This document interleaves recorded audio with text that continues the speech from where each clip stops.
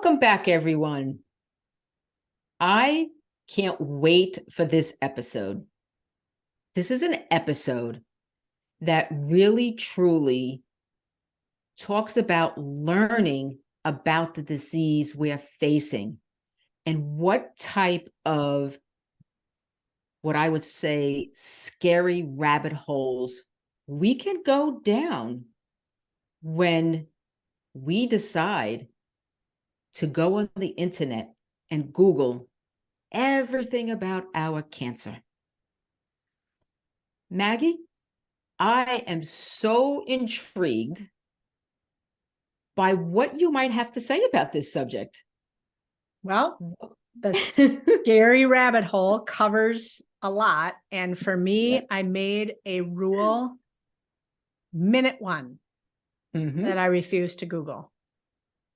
Okay. And what I will say is, for me, it was a hard rule to make, but because my approach in life has always been knowledge, it's not knowledge is power. I don't necessarily, it's just, but knowledge is so important to me. Learning is so important to me. So when I think about, like, just imagine you're going to go out and you're going to buy a new TV. If I don't want to know what the people selling the TVs is going to tell me. I want to know what the people that have bought that TV in the past have experienced with the TV. So I want to know what those that have used that same product would tell me and would recommend. So it's the experience. Yes. So for me, it was all about experience. And I knew that Google was going to give me so much information, and I would not know, like, what is this a source I can trust? Is this something that is real or not real or whatever? So for me, I really wanted to talk to other people that have been through breast cancer. And I even think about it like when we go to restaurants in other towns, like just traveling, right? I always want to know where the locals go. Yes, the locals. Because they don't go to the touristy places. They go to the gems, the hidden gems, right? So I like that example because I really believed that if I talked to other women or men, but I happened to talk to actually 20 plus women. Wow. That have been through breast cancer. And I was amazed, Dina, at how much I learned. And the interesting thing is, the biggest learning is that no two breast cancer journeys are alike. Exactly. So how is the internet going to tell us what it is? So true. So you and I are a prime example of having the same exact diagnosis with two totally different journeys. Exactly. Yep. That's very true. And and had we talked to one another earlier on, like I think I talked to the 20 in my first probably 3 months, because it was overwhelming to talk to too many too often. So I would only, like, I'd give myself, a few a week, because they turned into an hour and a half conversations. Oh, yeah.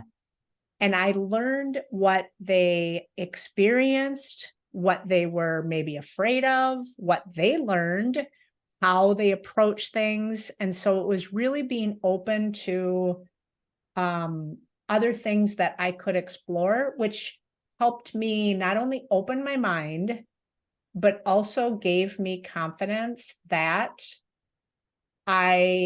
it's not as, it gave me hope. It's not as scary as Google would have made it out to be. Right. So that rule of not Googling, I think, did serve me as well. So Dina, what about you? Are you, I need to know, I need to learn, or I'll just take it as it comes? I was take it as it comes, because, and I'll be honest, I was not researching anything. Being a nurse, and watching firsthand Mm. patients go through this and how their fear overcame them.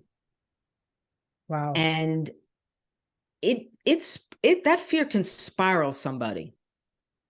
And once you start going down that rabbit hole and that fear really sets in, it plays havoc on you physically, mentally, and Mm. emotionally.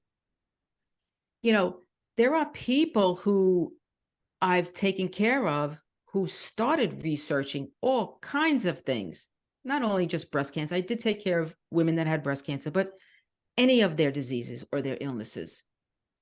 And they would start researching. And next thing you know it, they're telling me, I have this symptom, I have this symptom, I have this system, I have this. And I'm like, whoa, let's back up a second. And that fear was just consuming them day and night. Mm. And it affected them more so. And, yes, do I research, a product? Yes. Do I research a vacation? Yes. But when it comes to, diseases and illnesses and things like that, nope, I wasn't doing it. And there are doctors out there, and this is just what happened to me. My oncologist was a well-known oncologist who did a lot of research. And the first visit I had with him before I left, he said, I'm telling you now, do not go on the internet. That, You know, I mean, that's awesome that he said that. yeah, because he was an oncologist at this point, I think at least 35 years, and he said the same thing. It's a rabbit hole. Mm. And Well, it's not a good place to be. and do you feel like that approach helped you hold more hope and stay away from fear? I had certain fears,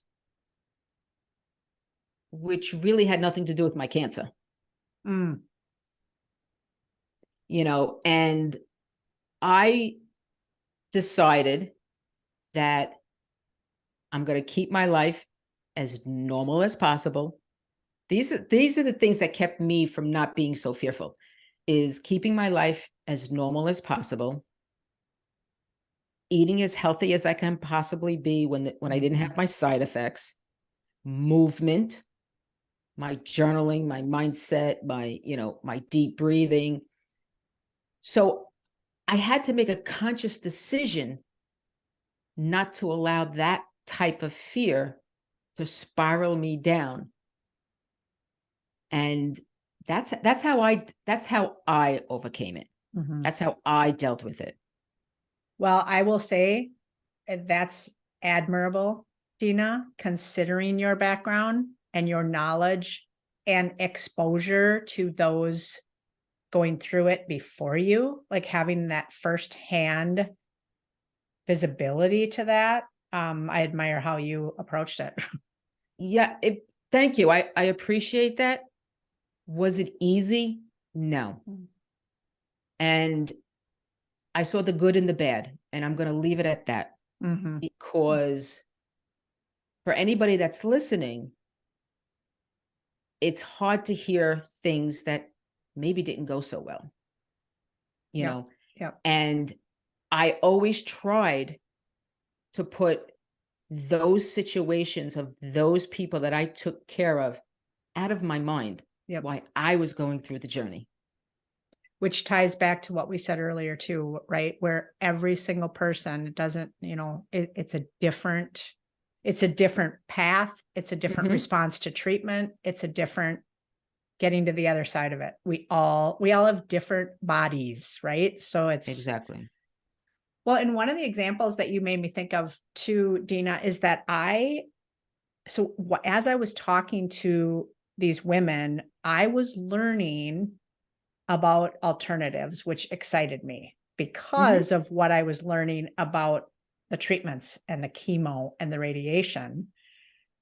I wanted to follow Western medicine, but pursue Eastern medicine. And so I was learning of people that had done that.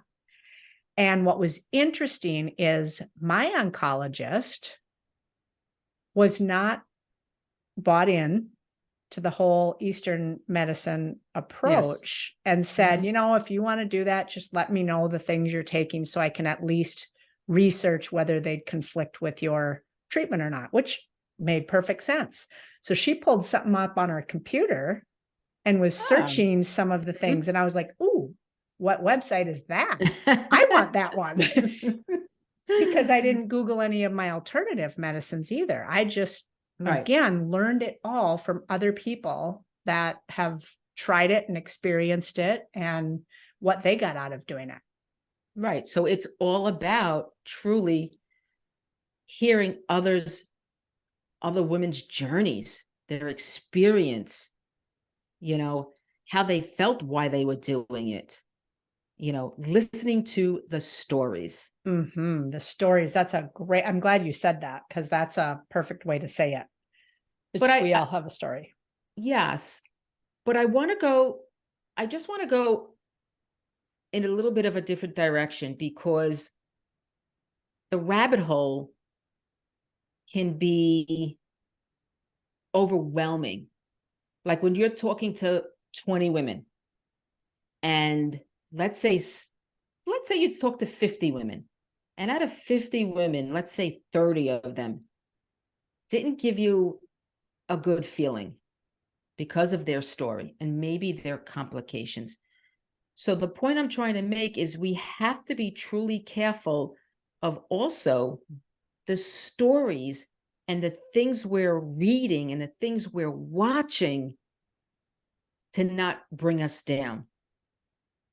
And does that make sense? It makes perfect sense. It's really, the words you used about like reading it's listening to those stories in a way that helps you also see when something is maybe more of just a mindset, because to your point, that spiral of fear can overwhelm even a person telling you a story about it.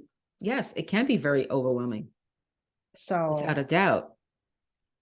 And it's something, go ahead. No, you go ahead. No, it's just something that I really, truly want our audience to be aware of.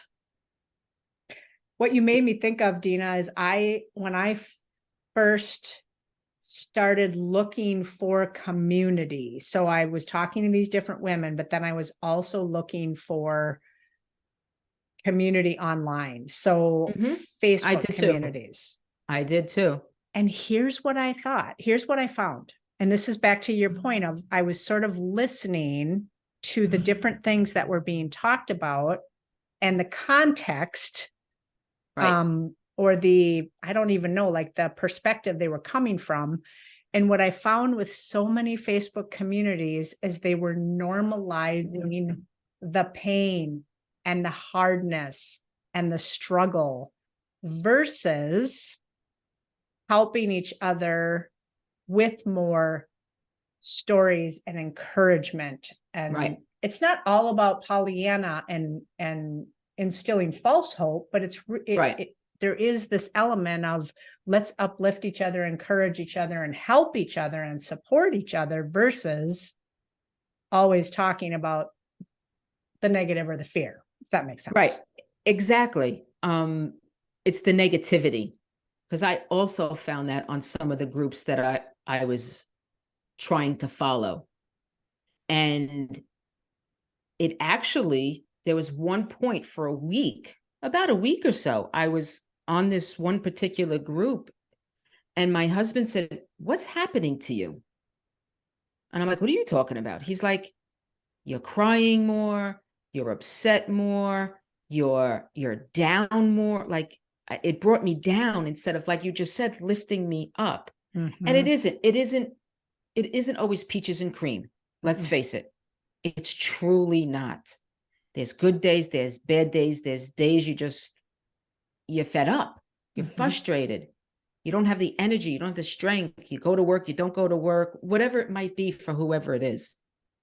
And you have to truly stop and take a look how it's affecting you, because it's negative and it's instilling fear into people. Yes. And coming back to even our tagline about real and raw, right? It Right. is real. It is raw. It is hard. And there Yes. is a lot of fear. I just think that the more we can focus our conversations around how are we navigating that? How are we helping each other navigate that? What things are we doing to move through that versus sitting in it and or how hard it is, and just like focus there. Right.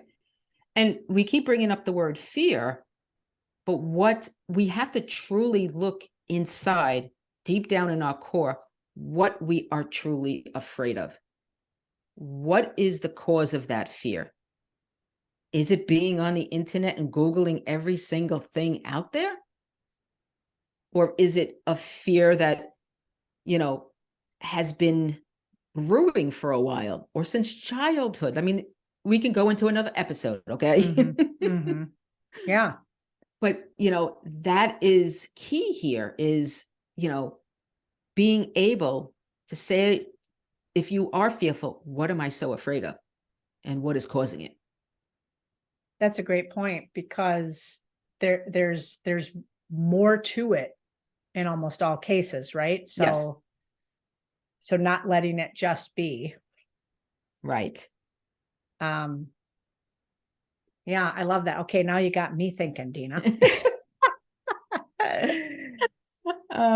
Yeah, because it truly is. We really do need to stop and think. Yep. And we do need to uplift each other. And we truly do need to find the love and the support that we need. Yes, and being intentional about where we get our information, I think feeds that so well. And obviously in today's world, the information out there is endless. Yes. So just truly what I want our listeners to know is obviously you have to learn to whatever level you're comfortable with and however you want to learn, but make sure you're intentional about your sources and your mindset as you're gathering that information. Absolutely, 100%. I couldn't say it any better, to be honest with you. I'm sure you could, my dear. Once again, oh, go ahead. Nope, I was going to say that's probably a good point to wrap. And yes, that's what I was just going to say too. See, we're always on the same page. So thank you so much, Maggie. It was an amazing conversation, and we'll see everybody soon, or listen in soon, please. All right. Bye-bye. Bye. Thank you for joining us. We hope you found value in today's episode. And remember to share your real and raw insights with us by going to healinsideandout.com, where you can also find additional information and resources.